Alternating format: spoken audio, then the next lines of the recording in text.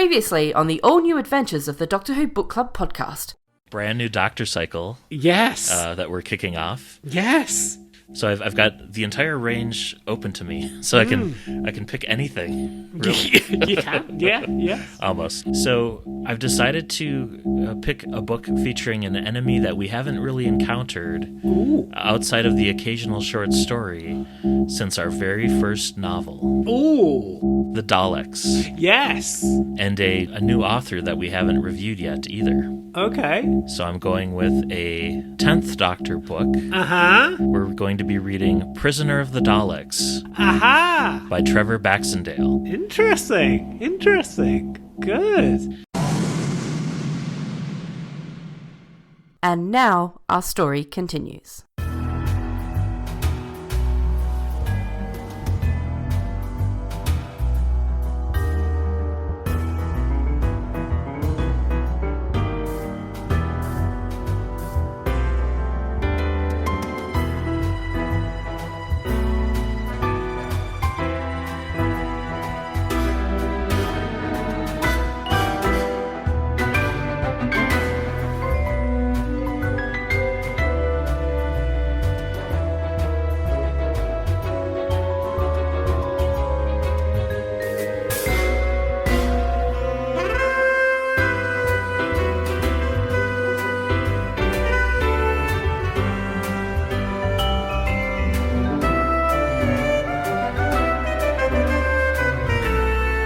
Welcome, everyone, to the all-new adventures of the Doctor Who Book Club podcast. This is Matt in Minnesota. Chris in South London. How is it going? Well, I didn't think we'd be living through a Season 7 Pertwee story, but here we are.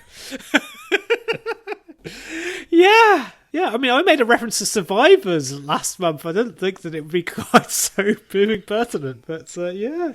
Well, dear. happy April nonetheless. Yes, yeah. We're under a shelter-in-place order here in Minneapolis-St. Paul, but we've got a gentle rain falling, and then spring is in the air, but yeah. We've had snow. Oh. It snowed today. Oh. Yeah, and I've also heard word that earlier on this week there was a swarm of locusts. I thought, of course there's been a swarm of locusts. I'll say, just checking them off the list. I'm a firstborn, so I better watch out. As am I. So, yes. Wow. Oh, dear. What larks? I've worked from home for the past 4 or 5 years, so it hasn't been too much of an adjustment for me, but it's definitely going to be very different for my husband. He's expecting to have to teach high school remotely from home for the entire month of April and potentially the entire school year. Yeah. That'll be interesting to see how that goes. Yeah, over here, I don't think there's a lot of virtual schooling going on, but schools are open for children of key workers. And there's been a lot of debate as to what a key worker means. Yeah, it's interesting times. But yeah, I do just want to say, if you're at home or on your iPhone or however you listen to us, if you're working in medical professions or getting food anywhere or doing anything to help your country food, thank you so much. Yeah, grocery store workers, transportation, everyone. Delivery folks. Yeah, a friend of mine is a manager of local Sainsbury's, and she has some interesting stories. She took that on as a relatively simple job, just to kind of get some extra little bits of money in. And my brother manages a Walgreens, which is like a pharmacy drugstore here, and he's had some interesting things happen with customers and stuff. So yeah. Let's maybe talk about show and tell, because I've got yes. Some kind of tied into what we've been talking about. Some wonderful free short stories have recently become available. One is by Russell T. Davies and one is by Chris Chibnall. The one by Chris Chibnall is called Things She Thought While Falling, and the Russell T. Davies one is called Doctor Who and the Time War. Have you heard of these or read them? Yeah, I've read both of them. I thought they were really good. RTD's done another one as well, which was the sequel to Rose. Oh, I haven't read that one yet. Yeah, it's I think it's audio only, and that was released on Thursday. Because our happy things are going to merge into one. Because my happy thing is Emily Cook. And Emily Cook is the woman who's been behind organising the RTD piece to Stephen Moffat thing, where people have been doing the Twitter funds. And she's also as well responsible for the one about Vincent and the Doctor that at time of recording is yet to happen. But they announced yesterday that amongst the guests they've got Richard Curtis, Karen Gillan, and one Matt Smith making his Twitter debut. Oh, wow. That'll be really cool. I saw Moffat and Davies return to Twitter. I don't know if their accounts are still active, but that's cool that our show and tells are kind of sort of the same, related. But yeah. Different angles on the same thing, but yes, yeah. The Chibnall story, I really liked how that kind of clears up how the Doctor survives her fall through the train car roof. And the RTD one was originally written back in 2013 for the coffee table book Doctor Who, His Lives and Times, which I don't think they could use that title today. But there was a 4-page spread in that book that got cut because the story would have contradicted the top secret Night of the Doctor at the time. Yeah. Was in preparation. And both of the short stories, I think, are excellent. And I have to say I prefer how the Nightmare Child is depicted here in Russell's Tale, although it can exist alongside the Dave Rudden short story we read about the same events. And I guess I've always preferred RTD's kind of abstract take on the Time War, that it was really a war fought not conventionally like we saw, Moffat depict in the 50th, but more so in higher dimensions that are kind of almost imperceivable to us. Like the concept of using missing years as bullets, for example, and they get accounted for that way. And there was a really cool cover illustration by Lee Binding done in that Target style with it too. Yeah, it makes you want to read the whole book because it's done as if it's kind of like the closing pages of Doctor Who and the Time War. And you're like, oh, I want to read what the rest of the book was like. And prior to this, there's been at least 12 other short stories and novellas that were published on Doctor Who's website that haven't been collected into an anthology yet. So these two new ones make 14 total across 7 different Doctors. So I'd love it if BBC Books maybe publish them in a new anthology like Virtual Tales or some sort of collection. But if you're looking for other activities to keep you busy during this time too, probably worth reminding folks that the BBC has put the entirety of the new series up on iPlayer. So that's available. And then, of course, Big Finish, they have their first 50 plays on both Spotify and SoundCloud. So it's a great place to start where there's a lot of content. Yeah. And also as well, iPlayer has got, I think, all of Torchwood. Is that still up? Yeah. Well, last I checked, yes. So, yeah. I don't know whether they've got the Sarah Jane Adventures up. I kind of hope they do. So there is lots of Doctor Who content if you're lucky enough to be able to stay at home. Well, turning our attention to something equally grim.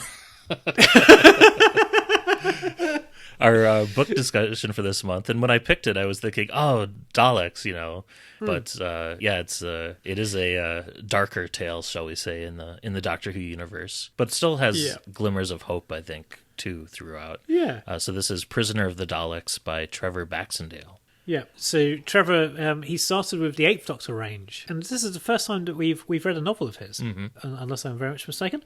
So I should have done more research. Just go from memory. I think the previous version of the show, they reviewed Fear of the Dark, which was the one past Doctor adventure he did with the Fifth Doctor, which has been republished. And then, he's written 4 Eighth Doctor adventures, and then 3 new series adventures. So this one, as well as Wishing Well and Deep Time. And he also wrote Heart of Stone, which is one of the 2-in-1 books with Matt Smith. And he's written a couple Torchwood books, 4 of the Doctor Who Choose Your Own Adventure books, 3 audios for Big Finish, and then 48 comic stories for Doctor Who Adventures. I'm still hoping that those get published as some sort of collection someday. 48 sounds like a lot, but I think even Steve Lyons has written even more than that. Yeah. Trevor Baxendale's also written 12 short stories, most recently one in the 13th Doctor collection for Star Tales, which came out in December. And this book was originally published in April of 2009, and then it was republished as part of the Monsters collection in 2014. And then it was republished again in a Barnes & Noble exclusive edition, along with Ben Aronovich's Remembrance of the Daleks Target novelization. And then, of course, there's the audio unabridged version, which is read by Nick Briggs, and that's the version I experienced for the book this month. So there's which version did you? So I went for the Kindle, which has been the Monsters release. I don't think there's been any changes in the text or anything. So not like a new introduction or. Don't think so. I don't remember there being much of an introduction. No, there wasn't anything that kind of grabbed my mind. It wasn't. It's not been as attention grabbing as some introductions that we've had.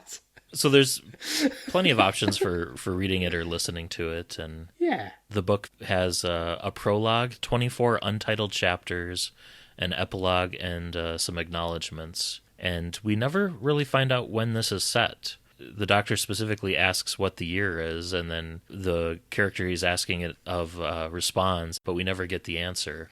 I'd probably place it sometime maybe during the Pertwee era, because there's references to Earth Empire and Draconians. Yeah. And it might be in an alternate timeline as well, because the Doctor mentions he jumped time tracks like he did back in the Space Museum. So it's kind of set before the events of the Time War.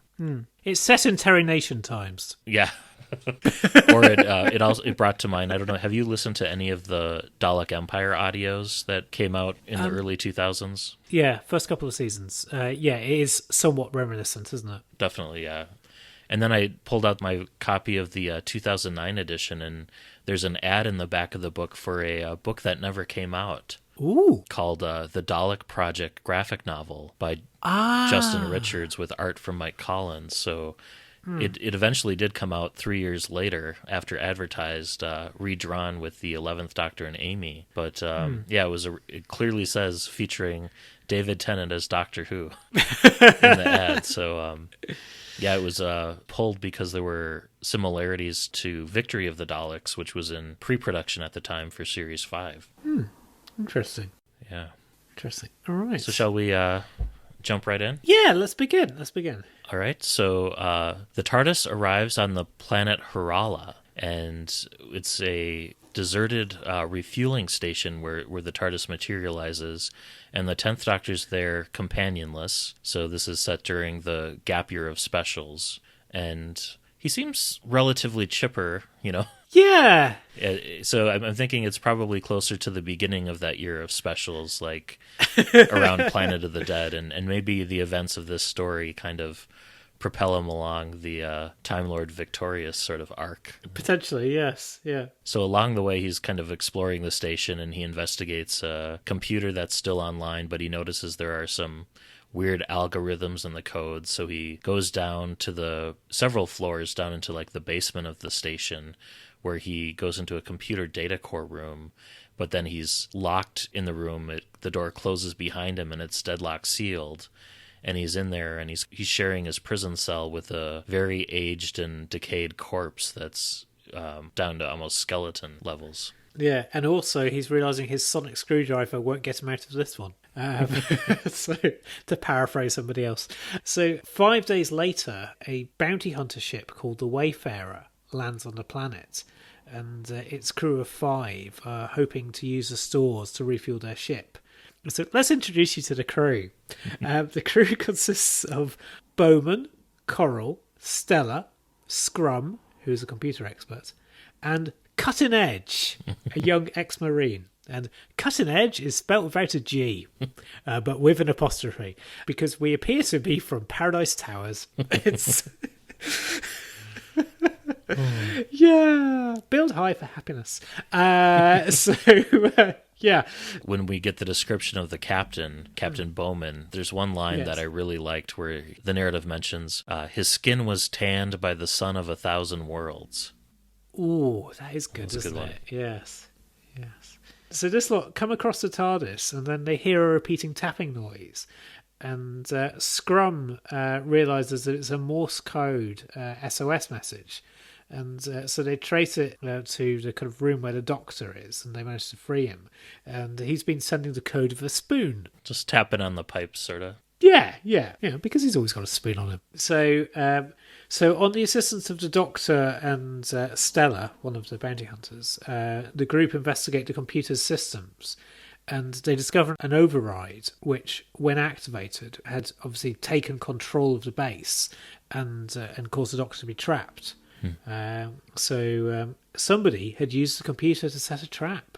And this is where our dramatic reading for the month comes in, which is a brief excerpt from the BBC audiobook read by Nick Briggs, which is unabridged and available on Audible, still available on CD, I think, or via iTunes or other online stores. So let's have a listen. The Doctor screwed up his face in concentration, as if trying to decipher the strange noise. It does sound familiar, though. The thing is, said Stella, that must have been transmitting ever since you arrived here. 5 days, 14 hours, and 31 minutes now. Yes, good point. Whoever's supposed to receive that signal will have already done so. The Doctor's face dropped, which means they could be here at any minute to collect their prize. Bowman grabbed his communicator. Scrum, get that ship ready to go, double quick. We're expecting company. There was no reply. Scrum, do you copy? A loud squawk of static burst from the communicator. They could hear Scrum's voice saying something, but it was impossible to tell what. Something's interfering with the communications field, realized the Doctor. Suddenly he was very serious. Whoever they are, they're already here. Stella swallowed. There was a rising tension in the air, as if everything around them was becoming charged with static electricity. The Doctor was working at the computer again, rattling the keys with frantic speed. If I can isolate the signal and jam it from here... Suddenly he stopped dead, fingers curved over the keyboard. Oh no. No. Listen to that. Stella and Bowman listened to the sound emanating from the computer speakers. It was a slow, heavy throb, like an electronic heartbeat. The Doctor's face was ashen. It can't be, he said. It just can't be. Bowman had drawn his blaster again. You better believe it, he said. And then, with a terrible screech of rending metal, the doorway at the end of the corridor exploded open. Shrapnel sliced through the air, and the three of them were already crouching, turning away as something large and metallic swept through the wreckage. Stella gaped in shock. There were three of them, filing through the remains of the door, their burnished bronze armour glinting dully, weapons swivelling in their sockets, eye stalks turning to stare at them with glowing blue lenses.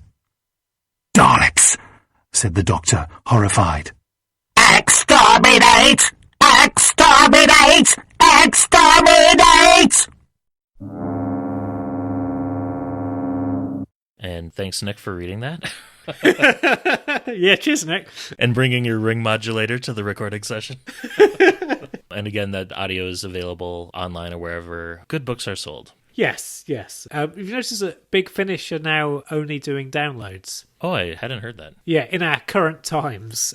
So it's like, yeah, that's probably safer. Yeah, I switched to download only with them back around item 100 or so, because I was running out of room. Yeah. Well, I don't really have anything that I can easily play a CD on. Though we've got a vinyl player, so, not a hipster. Right, shall we resume with the story? Sure. So the bounty hunters reveal that they kill Daleks for a living, fortunately. Helpful, that. And the bounty hunter crew remind me a little bit of like crews you've seen like in Firefly or Farscape or Cowboy Bebop, where they each kind of have a different role. I don't know if that brought to mind anything in particular for you. Yeah, I think Firefly, definitely. I'm not so familiar with Cowboy Bebop, but yeah. Also, of course, when you've got bounty hunters and Daleks, there is a certain gentleman that springs to my mind. Oh, yes, Absalom Zach. Yes. Which, in the audio version, Nick Briggs's voice for Bowman sounds very similar to how I'd imagine Absalom's voice to sound. Kind of Clint Eastwood. Or Judge Dredd, sort of, yeah. Yeah, that kind of thing, yeah. So the Doctor's new friends, this group of bounty hunters, they race back to the Wayfarer, having found that their escape route to the TARDIS had been blocked by Daleks. And there was like a scene where Stella was asked to choose, to go with her crew or with the Doctor. She seems very much to be in this kind of proto-companion sort of space, I guess. Yeah. So the Wayfarer is able to take off from the refueling station, having partially refueled, but the Daleks blow up a refueling pump, which explodes and sends debris flying into the ship through the landing ramp, which is in the process of closing. And one of the pieces of shrapnel hits Stella in the leg, and it badly wounds her, and it cuts one of her deeper arteries. So there's a cryofreeze pod, which was mentioned in the opening chapter, like a little cryofreeze device, and I was thinking, gosh, it's going to be Chekhov's cryofreeze. Especially because the original cover for the book, not so much the reprint, but the original has a Dalek encased in ice. I was thinking it was only a matter of time before it got used. Yeah. The crew are just about to put her into cryofreeze to activate the module that's attached to her, but then part of the exterior wall of the ship, as they're leaving or going higher into the atmosphere, gets torn open, and Dalek gets in through this airlock that it's forced its way through, and right then and there, Stella gets exterminated, and it's very clear she's not coming back from the description. Which that really shocked me, because I was expecting her to be that proto-companion sort of person throughout. So yeah, I was genuinely surprised when she was killed off so soon. Yeah, she was giving me vibes, though, of Linda with a Y. From the Eccleston, yeah. Yeah, from the Eccleston, which a similar trick is pulled. So, yeah. And before the Dalek can kill anyone else, the Doctor takes the cryocharge off Stella and throws it onto the Dalek, and it freezes the Dalek instantly in the casing. And then with the Dalek immobilized, the crew make course for the planet Eros, which is Stella's homeworld, to return her body. And on the way, the Dalek's eye stalk is clipped off, so the crew can claim the prize money, the bounty for killing it. And the Dalek's placed into the cargo hold, where we see it start to slowly drip as it's beginning to thaw out. While he's talking with the crew, the Doctor realizes he's traveled back along the timeline before the last great time war, so kind of before that point in time where he's not supposed to be able to get. And at this point, the Daleks are locked into a huge galactic war with Earth's first galactic empire, and kind of at a moment when victory can go either way. And during this time, as they make their way to Eros, the Doctor learns a bit more about the crew. So you've got Bowman, who's kind of the captain, and then he's described as a former Earth trooper who's been fighting the Daleks for years. And Scrum is the crew's technician or technical expert. And Cutting Edge is a former space marine who was dishonorably discharged. And Stella she was the ship's medic. And then the other crew member, Coral, she's like a cat-like humanoid alien whose planet and people, Red Sky Lost, were destroyed by the Daleks. And here I was, I guess, maybe kind of hoping that we would get a little bit more backstory for some of the other crew members. We do get a bit, but I don't think all of them are as fully fleshed out as some of them are. Yeah, I think that's fair. Yeah, that's a fair observation. So Coral reminds me a lot of Mags from The Greatest Show in the Galaxy. I kept on picturing her as that one. I was picturing Emrys from Star Trek the Animated Series. Yeah. So later on in the voyage, Scrum suggests taking the Dalek apart to see what can be learnt from it. The Doctor warns him about all the defence systems that a Dalek would have. And the Doctor makes his way over to the engine room to see if he can improve the ship's performance, but is pounced on by Coral, who tells him that Bowman needs to see him. And in the captain's quarters, Bowman questions the Doctor about his presence on Hurala and why the Daleks were there too.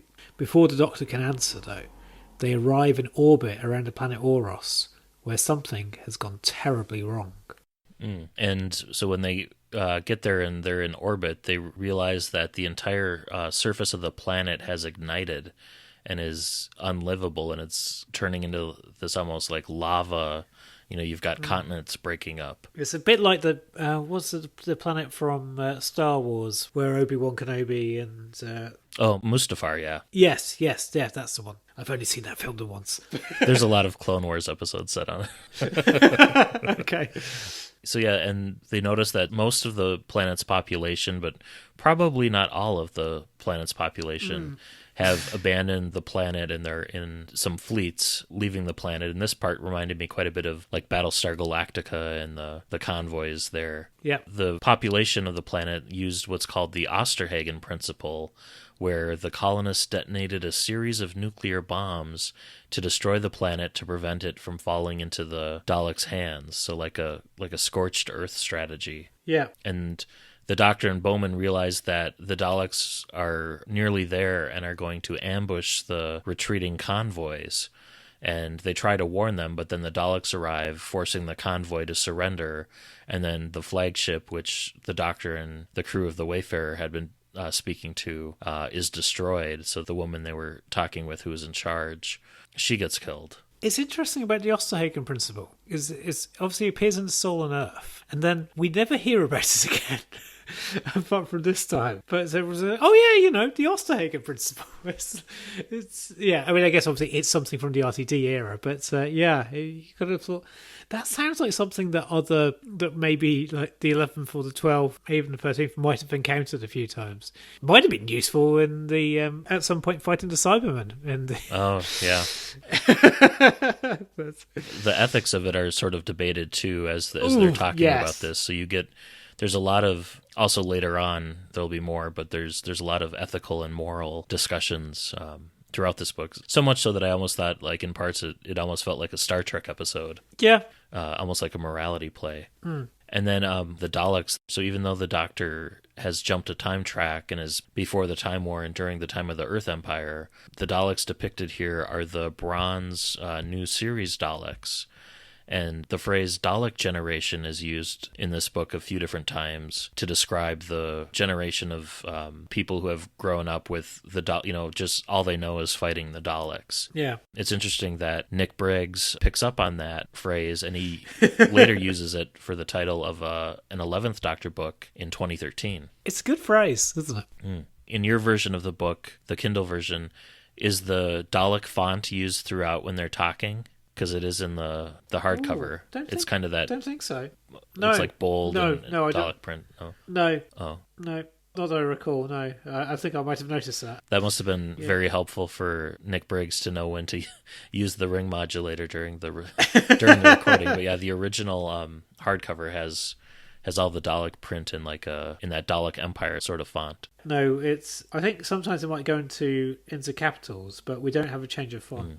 Right. Shall we get back to the crew of the Wayfarer? Yes. Yes. Yeah, so furious at the loss of Stella and also her planet, Oros, the crew decides to interrogate the captured Dalek, who is starting to thaw. And with the Doctor's reluctant help, they disarm the Dalek. And Coral uses her claws to open the casing. And they remove the creature inside and torture it, despite the Doctor's furious protests. It's a neat inversion, isn't it, of Dalek, the Eccleston episode. But yeah, but the crew give up when the Dalek tells them nothing, and they kind of like leave it for dead. But once they've left the cargo hold, the Doctor returns and realises the Dalek is still alive but dying, and tells the Dalek who he is.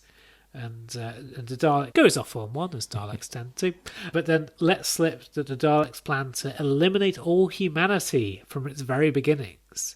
And when the Dalek dies, the Doctor realises what the Daleks' plan must be.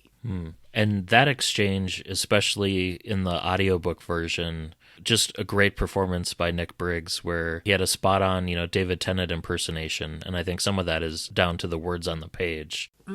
I think Trevor Baxendale does a really good job of capturing David Tennant and the 10th Doctor's mannerisms. He does, yeah. Nick Briggs, he brings, the multiple Dalek voices, and including, a slightly different voice for the Dalek when it's outside its capsule. And that exchange in particular, it was a close second for dramatic reading, but it's one of those where to experience it, I think you really have to buy the audiobook to hear it. It's just fantastic. Yeah. So then the Doctor reveals to the crew that the Daleks must be looking for the Archeon Threshold, which is a schism in time and space which, if opened, will give the Daleks access to the time vortex.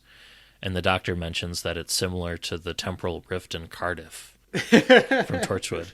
And Yes. deciding that the Doctor's telling the truth, Bowman orders his crew to head for the remains of the planet Archeon, which was destroyed at the very beginning of the war with the Daleks. When he talks about Cardiff, the Doctor sort of says, "Never been to Cardiff? You haven't lived." Yeah, we're nodding there, aren't we? Nodding to the fans. Yeah, so when they reach the planet Archeon, they find that it's been split in two, with the surviving half still retaining a breathable atmosphere. And the Wayfarer lands, and the Doctor and crew disembark, and it's this kind of frozen landscape. A bit like the planet Hoth. Yeah, in parts. And the description of the planet torn in half was just incredible. And the Doctor was kind of freaking out because it's something he's never seen before, where part of the planet's core is exposed and is still giving off that residual heat. And you contrast that with like the cities on the surface being covered in snow and there still being like a partial breathable atmosphere. It's just really evocative kind of sci-fi imagery that's really cool. Yeah, so whilst they're wandering around this landscape, they encounter dozens of mutated Arkanites who have been devolved by the radiation fallout. A bit Orphan 55-like. And these mutants chase the crew to the very edge of the planet, where the crack is, where they end up getting captured by the Daleks. And after the Daleks have destroyed the crew's weapons, the Daleks force the Doctor and the Wayfarer crew into a lift, which descends the side of the planet towards the planet's core. So, that's not unusual behaviour, is it, for the Daleks? Be doing something at the core of the planet. And here the Doctor discovers that the Daleks, far from searching for Archeon, have been on the planet for years. And they've constructed this huge underground base known as the Black Hole. And it's so called because nothing ever comes back out from it. And in the black hole, there are thousands of human prisoners from Oros who are mining the core, looking for the Archeon threshold. And this base also contains laboratories and the largest Dalek prison outside of Skaro. Yeah, and some of the prisoners are relatively fresh, so to speak, because they were taken from the fleet from Stella's planet that was captured as they were escaping. So those folks were brought to the mine to start working.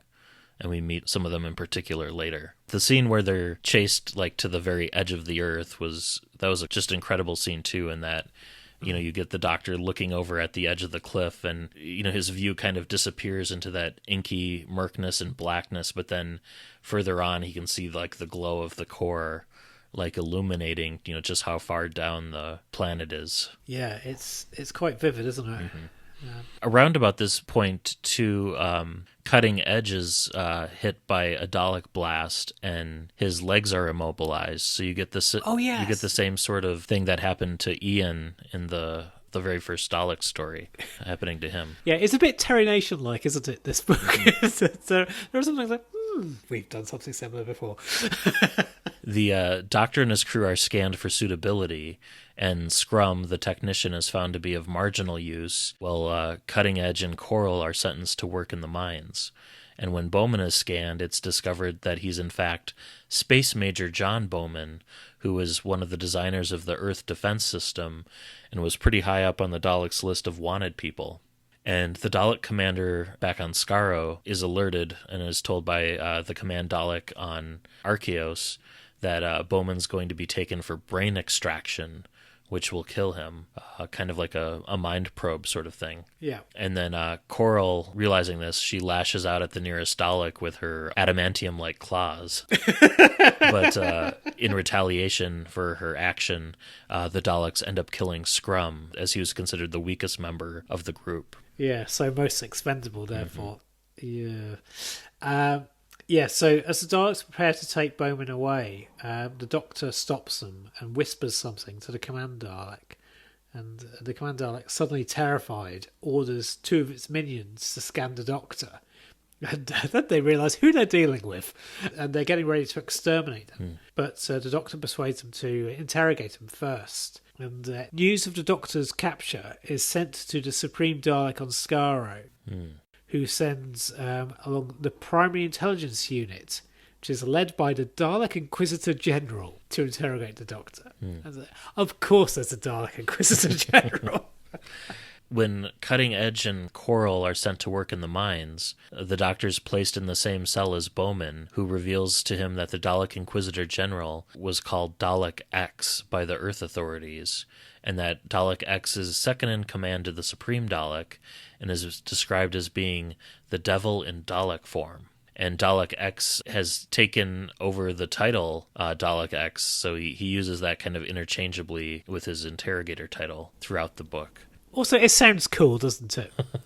Intimidating to his enemies. And, of course, Dalek X is aboard this gigantic saucer called the Exterminator, which is the Dalek Empire's most advanced ship, containing hundreds and hundreds and hundreds of Daleks, and it is accompanied by a small fleet of Dalek saucers. So I was thinking of like Darth Vader's ship in Empire almost. Yeah, it's like a Star Destroyer, isn't it? Or a Super Star Destroyer, yeah. Yeah. And Dalek X takes over command of the base and exterminates one of the mining Daleks for failing to meet its target. And he orders that every hour the weakest group of workers should be exterminated. And soon after, the Doctor's brought up to the interrogation room, where Dalek X measures the Doctor's capacity for physical pain with a mind probe, simply out of curiosity, which is a very chilling scene. Yeah. Dalek X is a charmer, isn't he? Yeah, so after an unknown length of time in pain, the Doctor is released from the mind probe and shown around the base by Dalek X. Meanwhile, the Wayfarer is destroyed by an Aggressor-class starship, and Bowman is taken off to go and have his brain removed.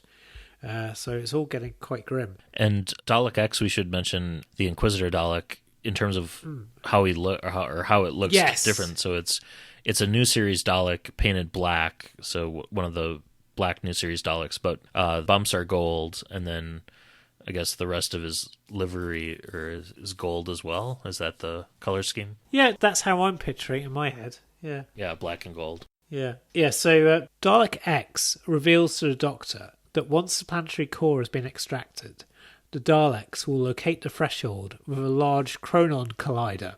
So not a hadron collider, but a chronon collider. And their plan is to open the threshold, access the time vortex, and defeat the Time Lords. There is a chance, however, that the collider won't work properly. And to ensure success, the Daleks need a control element. And so for that, they want to use the Doctor's TARDIS. And the Doctor refuses to cooperate. However, the Daleks threaten to exterminate a woman and her daughter from Cutting Edge and Coral's workforce if he doesn't comply. And finally, the Doctor agrees to help, but on the condition that Cutting Edge, Coral and Bowman come with them to help him operate the TARDIS. And the Daleks agree, and Bowman is released just before he's about to be killed. So then the Exterminator ship and the escort fleet head for Hirala, which was the planet at the very beginning with the refueling station where the TARDIS was left. Yeah. And the Doctor and the surviving Wayfarer crew members and then the Dalek Temporal Research Team are all on board the ship as well. So when they reach the TARDIS on the planet, the Doctor claims to have lost the key, saying that it's in the room on the planet's surface that he was held in. So they all head down to the computer core, and Cutting Edge recognizes the identification symbol on one of the Daleks as being the same one that killed Scrum earlier. So he lashes out at it, but he's exterminated by Dalek X on the spot. But as Cutting Edge is getting hit with the blast ray, he pulls another Dalek into the ray, destroying it, and I think he pushes one off the stairwell too.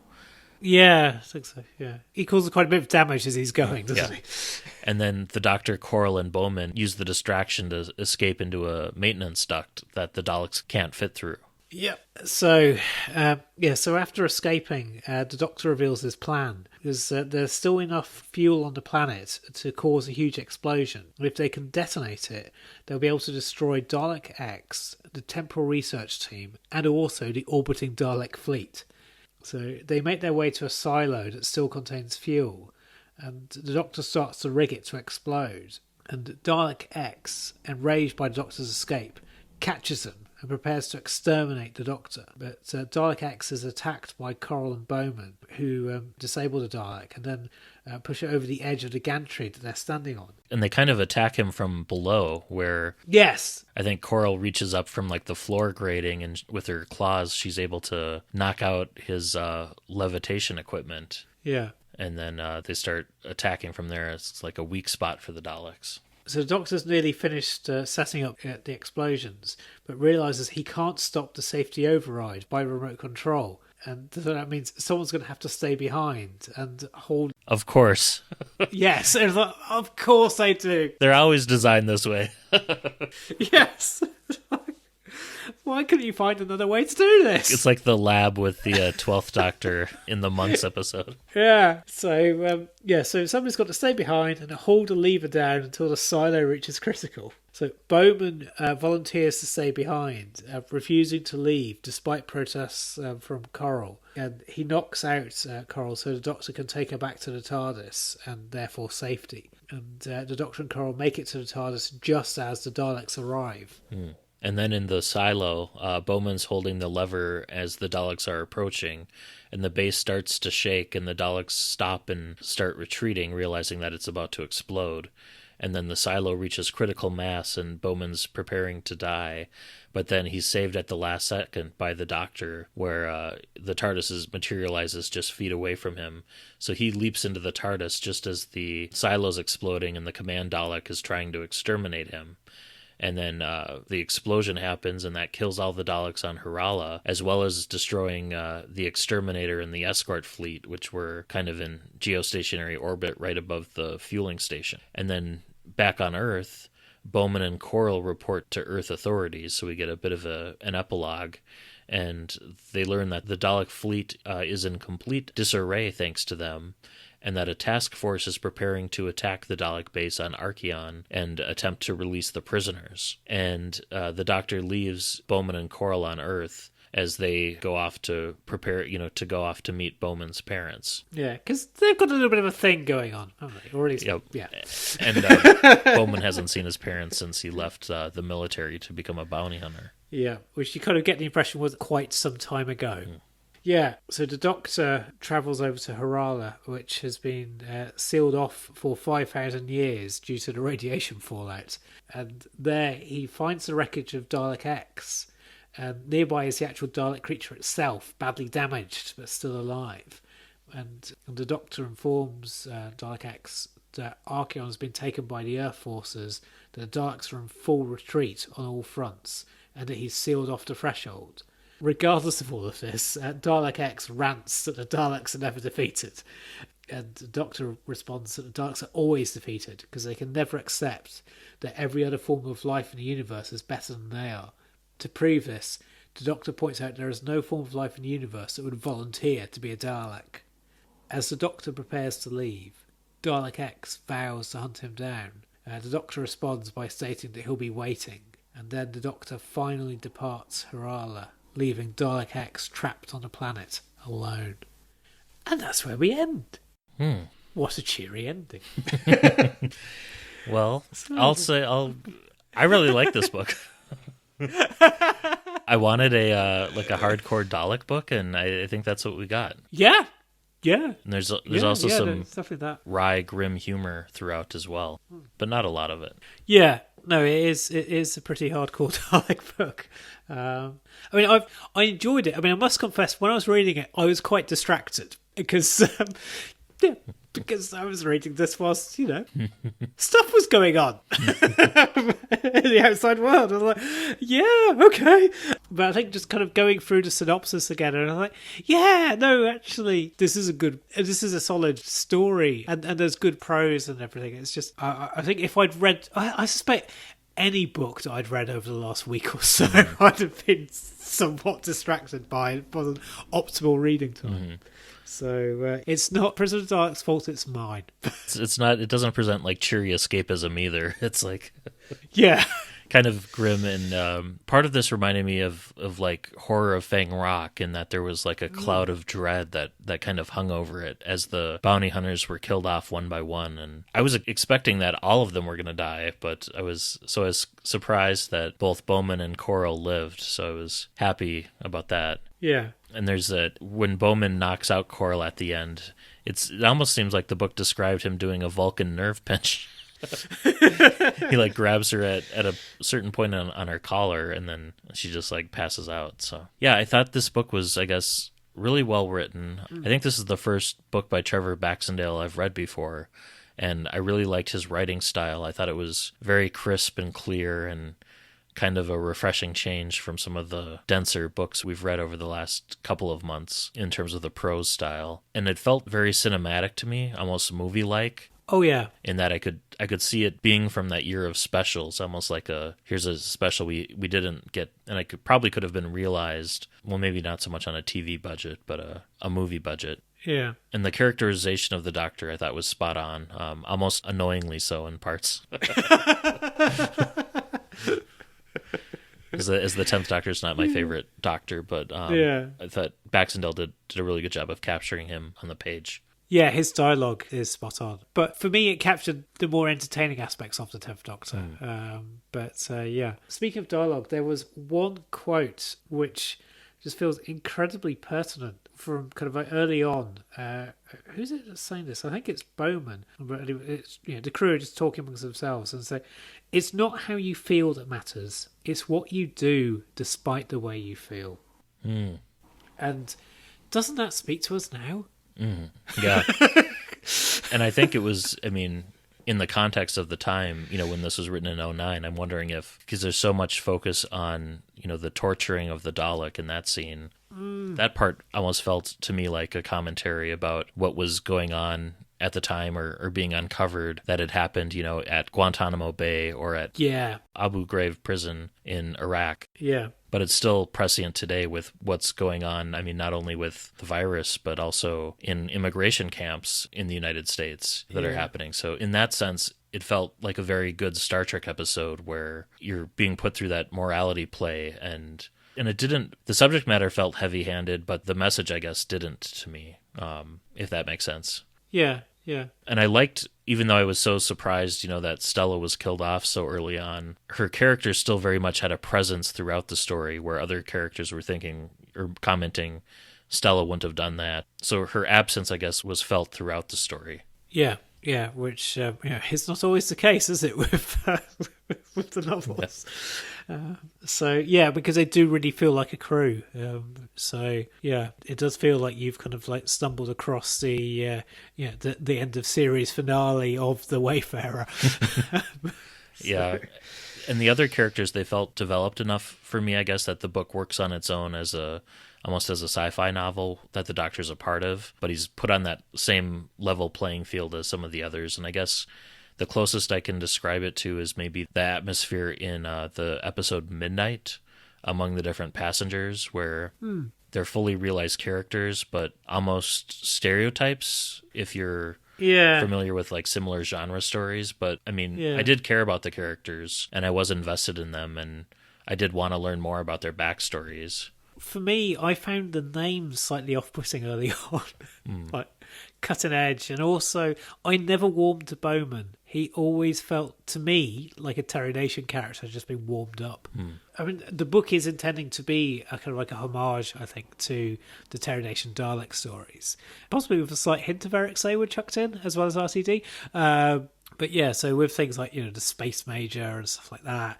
So there were some times where it felt as if it was kind of bordering on a little bit of cheesiness, but that was just, I think I was just bouncing off Bowman.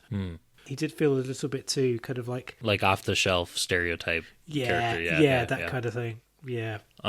Couple of other notes I have. I thought the chapter cliffhangers were fantastic for the most part. I thought each chapter kind of ended on a good cliffhanger, and there were a lot of them. I love that the Daleks used Rels again for all their countdowns.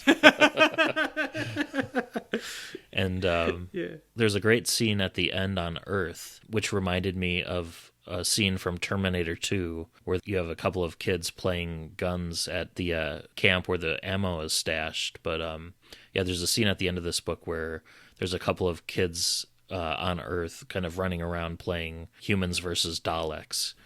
The kind of the commentary about how humanity has a violent streak, and that was a good reflection, I thought. Right. How would you score this one? How would I score this one? I think I am slightly torn. We don't do halves, so I'm going to go for an 8. Yeah, it's a low 8, but it's well written. It rockets along. Yeah, I don't know. It's a bit like the experience that you had when we were reading that Steve Lyons book. Where you were kind of like, whoa, hang on, this is my dystopian present. So I was just like, I'm wanting escapism. Yeah. But though it wasn't as grim as like some of the New Adventures or something. Because, spoiler, I was going to choose a new adventure for the next book, and I'm not, because I was like, no, I just want something hopefully a little bit cheerier. What grade would you give it? I would give it a 9 out of 10 for me, and it was very close to being a 10 out of 10, because I know, we don't do halves. I don't know, I really enjoyed it, and maybe it was the experience of listening to it that added that extra layer for me, but it's everything I'd want from a Dalek story, and it feels very late 10th Doctor too. And like I mentioned earlier, I really appreciated how Star Trek portions felt. And the bounty hunter crew was a kind of a unique way to have a quote-unquote companion for the Doctor, but, done in a different way. I just wish the backstory of the crew were developed a bit further, and maybe some more loose ends were tied up. Like, I guess I would have liked Baxendale to have devoted maybe a little bit more time to the time track idea. Yeah. And whether or not the 10th Doctor would have been tempted to, say, visit a pre-Time War Gallifrey, and we're not really told how he gets back to the real universe or, post-Time War. So that was a dangling thread. Yeah. And then, as I mentioned, the other ship's characters, maybe a few more side conversations in hallways or bunks that describe life on the ship and how lived in the conditions were. Yeah. Maybe a chapter describing the routines of the crew as the Doctor's getting acclimated. Maybe some flashbacks to some of their past bounty hunter achievements. Maybe a moment where the Doctor and Coral connect over both being the last of their kind. Ooh. You get the Doctor realizing that about Coral, but he never reveals that about himself to her. Yeah. Because I guess at this point, though, he thinks that he's killed the Master, but it's probably in the back of his mind, the Master will be back somehow. So maybe he doesn't feel as much the last of his kind as he has. But and we almost get no backstory for Scrum or for Cutting Edge, where they came from, why they joined up, how the Daleks impacted their lives. Yeah. Why they have those names. Yeah. I don't think we were even told that. So, yeah. And I also kind of wonder about the fate of the mother and the 11-year-old girl who are in the mines. Because, we don't hear whether or not the miners were successfully freed. And their fate's kind of unresolved. And they were due for extermination when the exterminator was en route back to Halala. So who knows if they even survived that long. But we meet them for a little while. But then, we don't know what happens to them. Yeah, well, it's very much the kind of story where not everybody lives, isn't it? So, yeah, I think, it's a very compelling read. I just think I just needed to have been in a different mindset. Yeah, and had I known, I would probably wouldn't have picked it to kick off a new Doctor cycle. But there you go. Yeah, oh well. Hey-ho. Onwards and upwards, right? Yeah, I mean, I was just having a look on the Audible site, because I know that like Audible, certainly in the UK, have made quite a lot of their books free for streaming at the moment, particularly kids' books, and I don't think that they're counting this as a kids' book. However, it has got lots of 5-star reviews, and sort of echoing what you've been saying about like Nick Briggs's narration. That somebody says, I'm not sure whether this is brilliantly read or brilliantly written. So yeah, like I said, listening to it may have bumped up my score by a point or two, but an 8 and a 9. I mean, that's still pretty good. Yeah, it's pretty good. Yeah, so I think I probably would have given it a 7 if I hadn't had to think about it again to do the synopsis. But I think also just because I am a bit immune to Terry Nation. Or is it immune? Anyway, you know what I mean. I just kind of go, maybe that's not immune. I ought to know what these words mean by now, given what's on the news. Anyway, right. Well, shall we move on to listener feedback? Yeah, let's do that.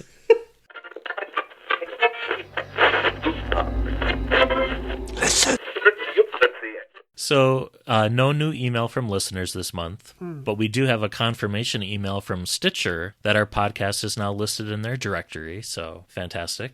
Yay! That's cool. Listeners can send their thoughts to ANDWBC Podcast if they want to share their thoughts on Prisoner of the Daleks or any of our other recent reviews. Yep. And please leave us a review on Apple Podcasts or your podcatcher of choice. Yep. It helps listeners find us. Cool. No new reviews that I've seen on the UK bit of the Apple Podcasts. Though I did notice today that Apple Podcasts have a slightly creepy feature where if you search for a phrase, it'll look for it in podcasts or episodes that you're subscribing to. I was like, okay.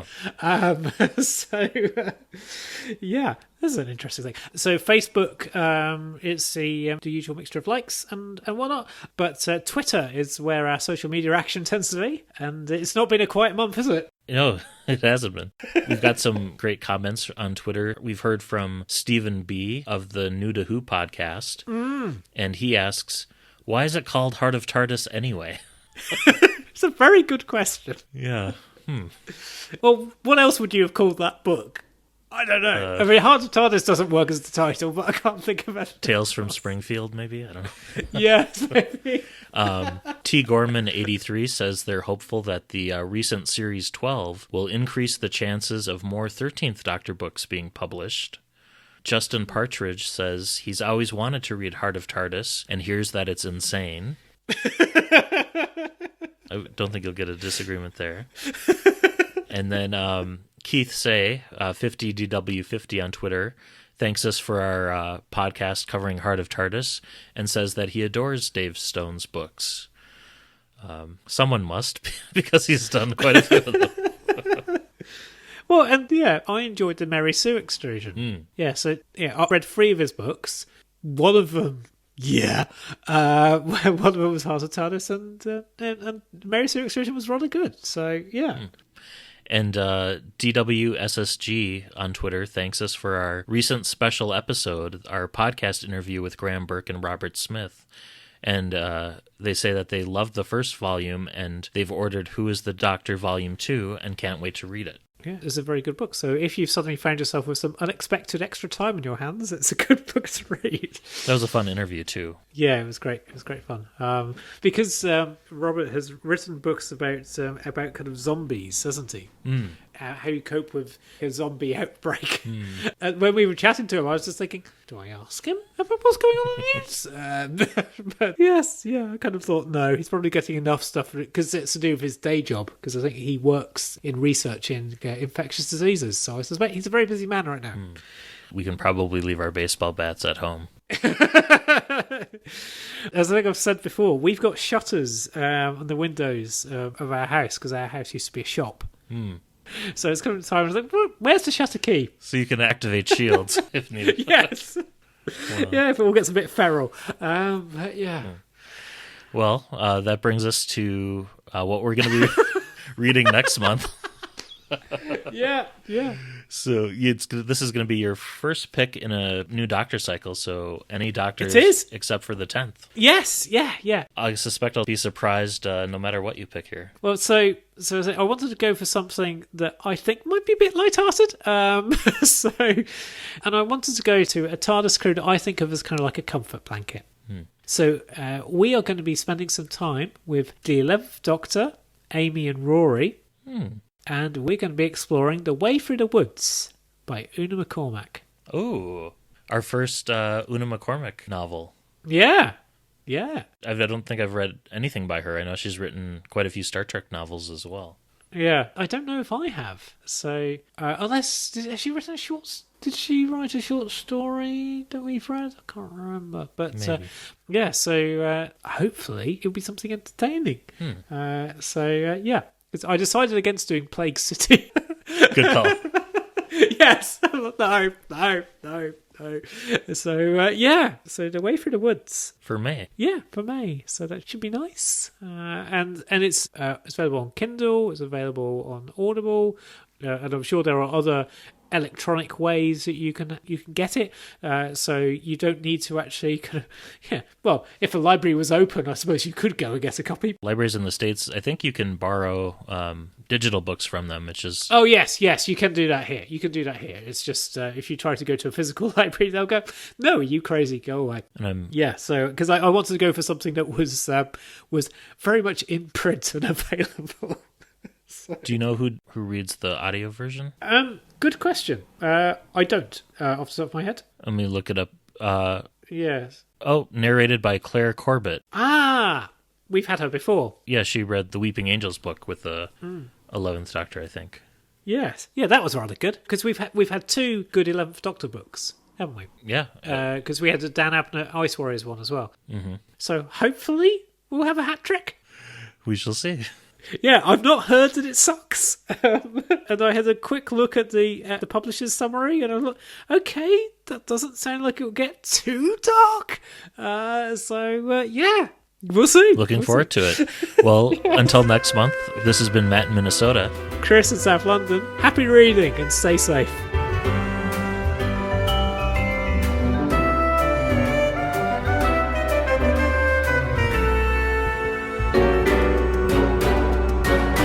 Thank you for listening to the all-new adventures of the Doctor Who Book Club podcast. Special thanks to George C. Music for use of their song Doctor Who Theme Swing Jazz Version. You can follow us on Twitter at ANDWBC Podcast and like us on Facebook. Help other listeners to find us by leaving a rating or review on Apple Podcasts or your podcatcher of choice. You can contact the show by emailing your thoughts to andwbcpodcast@gmail.com. And until next month, happy reading.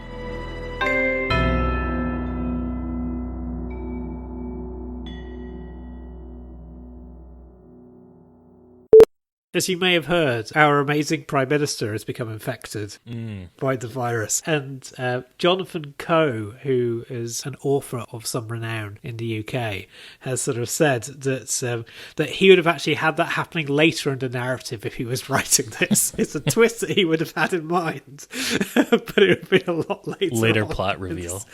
Yes. Yeah.